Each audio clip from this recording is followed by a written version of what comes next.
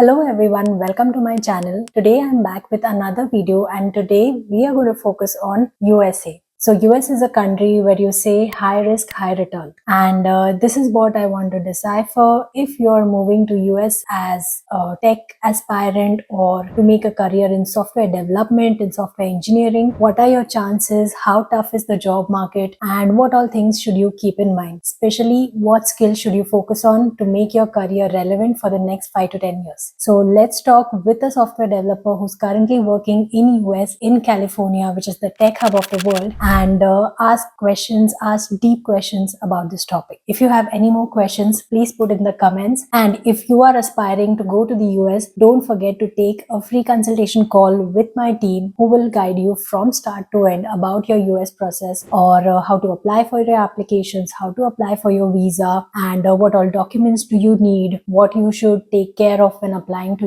US, all the guidance. And even if it's not US, any other country, my team of experts will help you in all of this. First call is free for all my subscribers, so don't forget to subscribe before we start the video. Hi Sayogita, welcome to the show. I'm really excited today to talk to you and get to know more about how things work in the US, especially the job related side, how you are working there, what is the job market like, is recession affecting there, and what advice can you give to people who are trying to shift into tech or who are trying to move into tech jobs right now in the US. So to kick things off, can you tell us a bit about yourself and what did you study, which university did you graduate from, and what are the key factors that influence your decision to choose this specific university? Yeah, sure. Firstly, thank you so much for having me. I'm really excited for this. I hope we have something really helpful for students and professionals in India or wherever.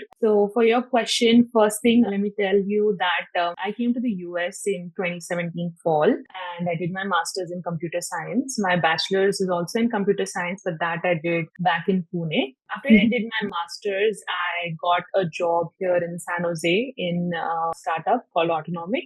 And after a few years now, I work for Ford Motor Company as a software engineer itself.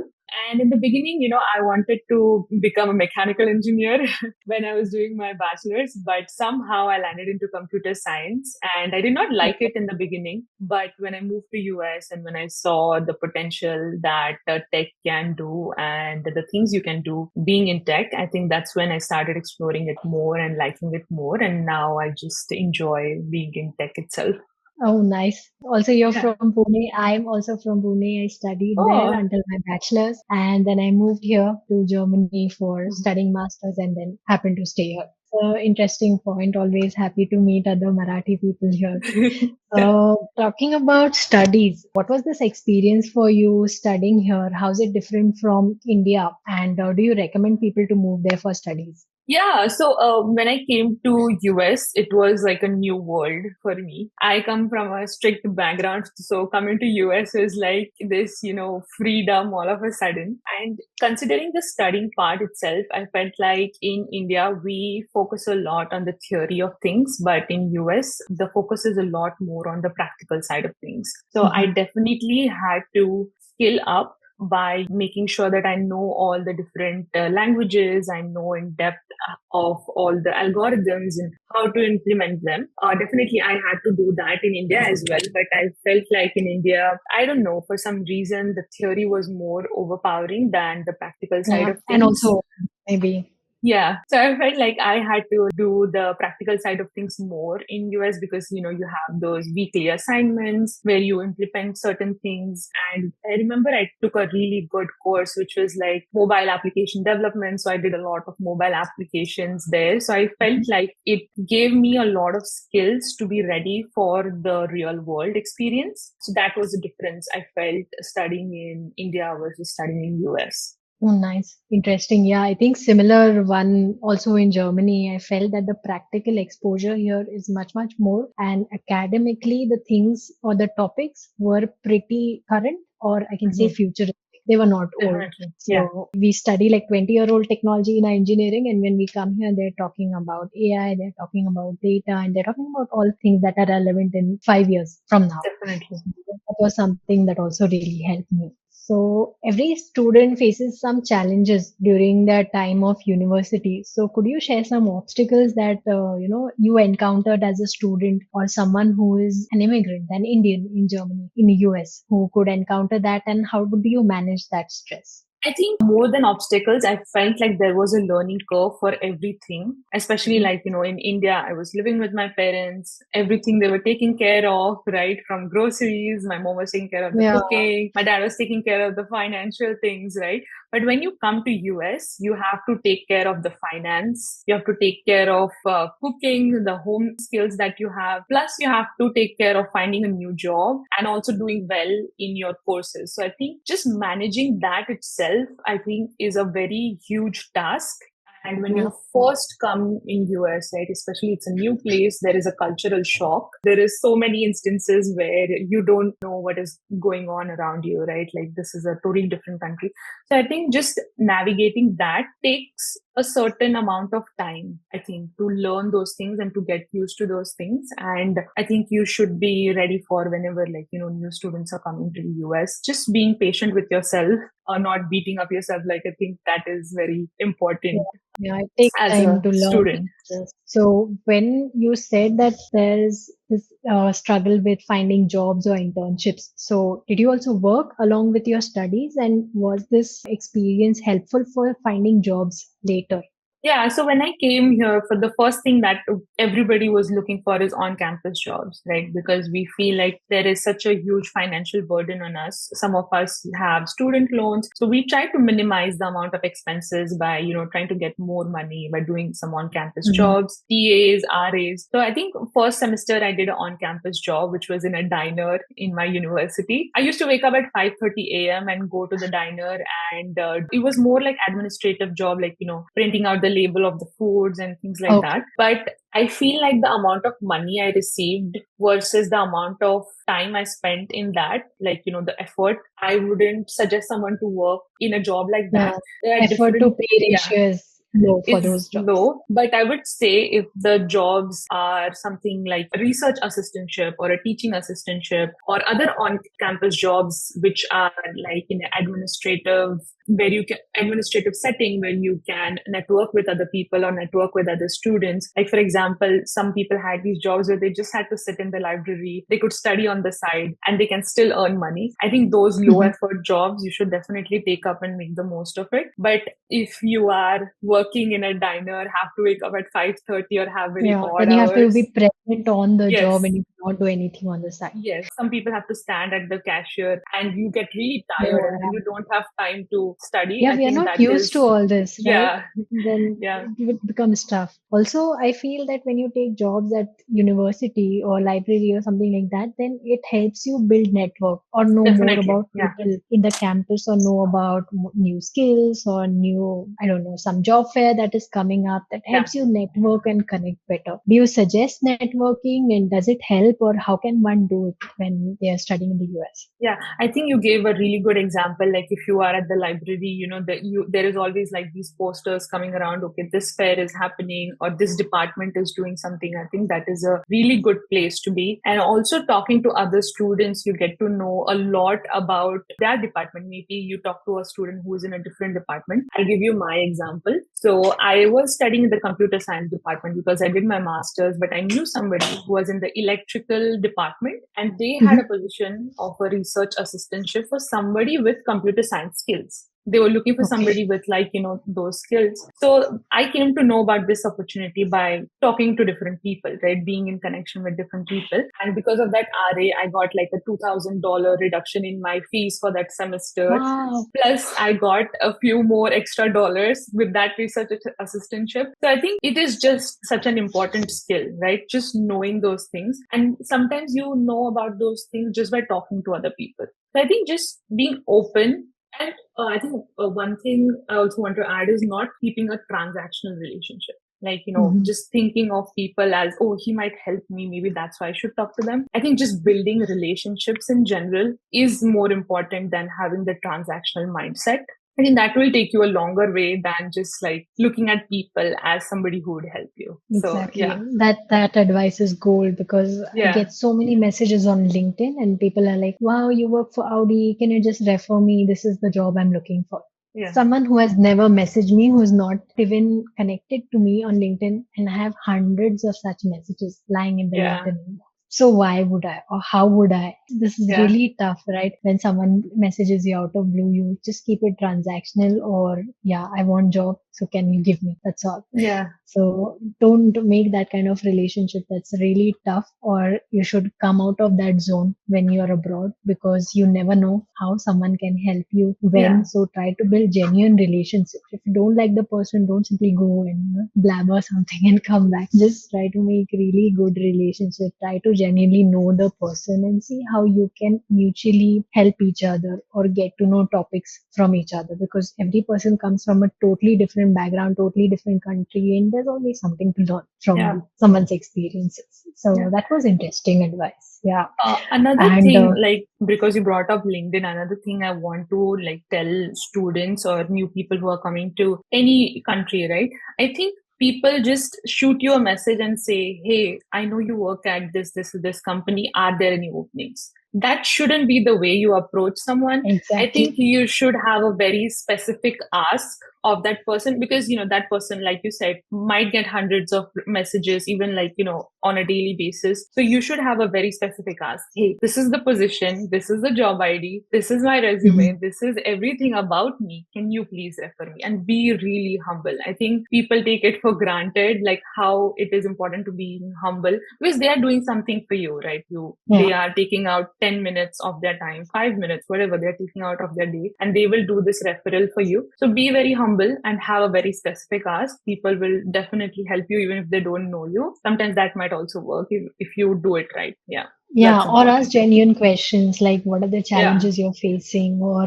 you're working into software development and I'm someone who's just starting out. I want to go that way. Can you tell me what challenges you face, or can you tell me what skills are upcoming? What should I learn? Can you tell me top two skills? That would take the person just 1 or 2 minutes of his day, and the yeah. answer would actually help you, and it would build some connection that yeah, that person will also feel good of helping someone in just a minute or two. Yeah, but So also not just ask like Google questions, right? The questions you can yeah. just Google and find answers. Of course, yeah, like Yeah, positions open. Like, why would yeah, I check what positions are open in yeah. my company? So So ask that's really genuine vague. opinion, a genuine opinion Exactly. and genuine questions rather than Googleable questions. Yeah, Exactly. Yeah, interesting. yeah, So one more thing on this part is the transition from university and going to the working world. This is really daunting, and with the visa situation in US, it's can leave a person blank up as to how things change, when things change. So can you give a clarity on that topic for yeah, us? sure. So I will start with my personal experience. So I did my first semester, and after that, I think I did 2 semesters, and after that, we have a summer vacation, right, where people usually do internships. And I was very Mhm. fortunate enough that I had an internship. So I got a lot from that internship in general. So one thing I would suggest is having that internship for sure. Like, start from your first semester itself to look for that internship if you're coming in fall. And Mhm. when that internship happens, you start to get a sense of the real world, like how things are happening in the real world, like what visa you Mhm. need, because you have to switch a visa when Mhm. when you are doing an internship. So basically, in US, you come as a F1 visa. Do Mhm. you want me to talk more in detail about the visa in general? You can tell the visa changes that happen. Sure. So you Yeah. come on an F1, then you get an internship. Does the visa situation change there? Yes. Yes. So your visa situation does change there. You have to apply for something called a CPT. The CPT Okay. allows you to work for 40 hours per week. And when you come back, the CPT is only for the 3 months, and then you're back on Mhm. your F1, right? Mhm. And then once you graduate from your university, you have to apply for something called as OPT. So now this OPT itself is for 1 year for students. This is for 1 year. You can work like those 40 hours a week, and you are basically on salary on of the company. Mhm. And after this 1 year is over, for STEM students only, there is an extension of 2 more years, which is called a STEM extension OPT. So I thought it is 3 years. It is 2 years Yeah, only. yeah. This So STEM it's OPT. so Okay. so basically the whole is 1 year of OPT, and then you have to apply for that extension. So in all you get three Okay. years. Yeah. Okay. In all you get the 3 years, but that's only for STEM people. So other people I think only get one year of OPT. And Okay. during these And 3 years, your employer will apply for your H1B lottery every year. okay. Yeah. Okay. So you need to find a company which is willing to do your put your name in the H1B lottery in the 3 years. And then also when it gets Okay. picked, they should be ready to apply for your H1B. So sometimes, like especially in times like this, people do suggest that it's okay if they're not applying for your H1B, you can still get the job and start getting the experience because you have 3 years of chances. So people do suggest sometimes to take the chance and say that I don't need sponsorship when you are applying for a job, and then later maybe convince your employer, or later find a different job and then Mhm. convince the employer to sponsor your H1B. Okay, got it. Fine. Then we go to last few questions. So I understood the visa changes. Now I want to talk about your job. So you work in the field of software development. Are there any particular courses that you studied that helped you get into the software development field? Or can you name some tools or languages that you currently use that someone should know absolutely, or anything that someone should know to get into this field of software development? Yeah. So when I was doing my master's in computer science, I was actually concentrating in data science. So I should Mhm. have actually gotten jobs in data science, but there were Okay. also courses that I did. For example, I did data structures and algorithms course. I did Mhm. database course. I did a course called as mobile application development, which also Mhm. gave me the skills to be a software developer. So I had both the choices. I had data science as well as I had software development. So I was applying for both the jobs. And I would say the software engineering jobs are a little bit more than the data science jobs. So when I got that job, I was like, I don't have a problem with working in software development. That's why I went into software development. But I think the skills that you definitely need to have is having one language which you have a really good grasp on. For example, I had a good grasp of Java, and I was also doing Python because I was doing data science, right? So you need Python for data science. So I had Mhm. a knowledge Yeah. of Python as well. And then just like I said, databases, I think that is a really good skill to have. If you know about databases going into So software simply engineering. broaden your horizon Yeah. so the job possibility gets more and more. Okay. Yeah. Make yourself And more worth, yeah, high worth individual in the job market. definitely. Okay. But in general, like if you do some really good projects, then you'll get a good grasp of software engineering. So that Mhm. is very important. Yeah. So talking about the cost, it's really expensive to study in the US. So would you still recommend people to pay that much money and move to the US? And can you give a vague idea or a rough idea about how much it can cost to get a software engineering degree in the US? Yeah. So I would say there is different types of universities in US, like public universities and private universities. The private universities are definitely going to cost you a lot more than the public universities. So try Mhm. to get into the public universities. It's a bit tougher to get into the public universities. So it ranges somewhere around $35,000 to I think even 60 to Wow. $70,000 to do your whole Okay. master's degree. With I think it also includes like your daily expenses, monthly expenses, groceries, Living and cost also. Okay. living cost as well. So Mhm. I think that's a range for public and private universities. And I would suggest think of it in a very practical way. Think that do you have the amount of funds that you require to come to the US? In my case, it was a no-brainer because I had a student loan, and I saw Mhm. that when I came, the situation in US was really good. So I knew that Much I'll better. get a job and I'll pay off my loan in 2 years. So I think just knowing that having those options, that if all the money that I take as maybe a student loan or take it from my parents, do I have to repay it? How much time do I have to repay it?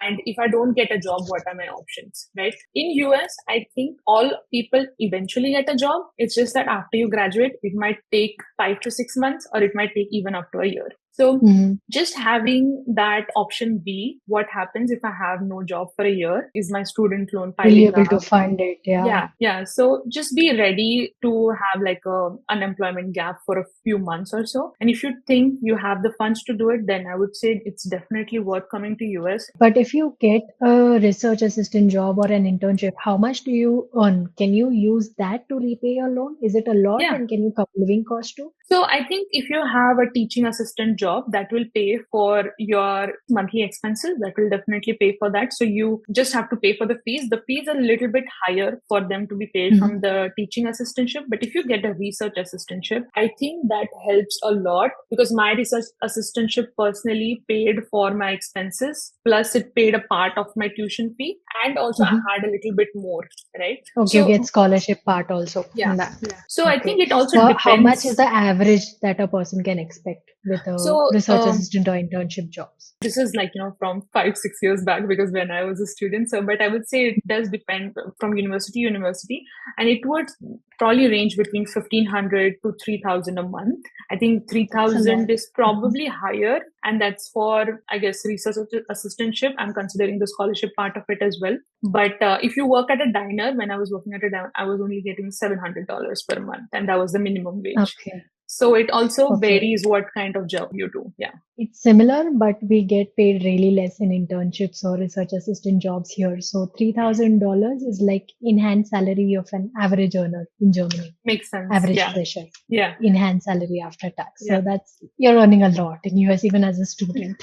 I would say the 3,000 is definitely on the higher side because that I'm also including like the scholarship part of it. So yeah, Mhm. it's Yeah, but definitely if on you the get higher side. something like FAN, like the Yeah. name of FAN, that's good enough. I think you Yeah. earn much more in those Yeah. internships. Okay, got it. Then it was very informative. So let me wrap up this interview asking about looking ahead. What are your thoughts on the future of software development, especially in California area where you're working right now? And what topics or fields do you think have good demand? Or good demand in the sense, what kind of degree should a student pursue to go into the field of software development or computer science or data science in general? Yeah. So I think in the future, software development is definitely going to become more of a space where you have to be a specialized or a subject matter expertise. You have to put in more efforts going into like Mhm. software engineering. It's not going to be just like you did a Keep master's learning. degree. Yeah, you'll definitely have to keep learning. And I would say instead of just focusing on a software engineering, I would say focus on the specialized skills, right? Like maybe also focus on data science, maybe focus on Mhm. robotics or focus on virtual Oh, wow. reality Yeah, because those things are definitely coming that's coming about. futuristic.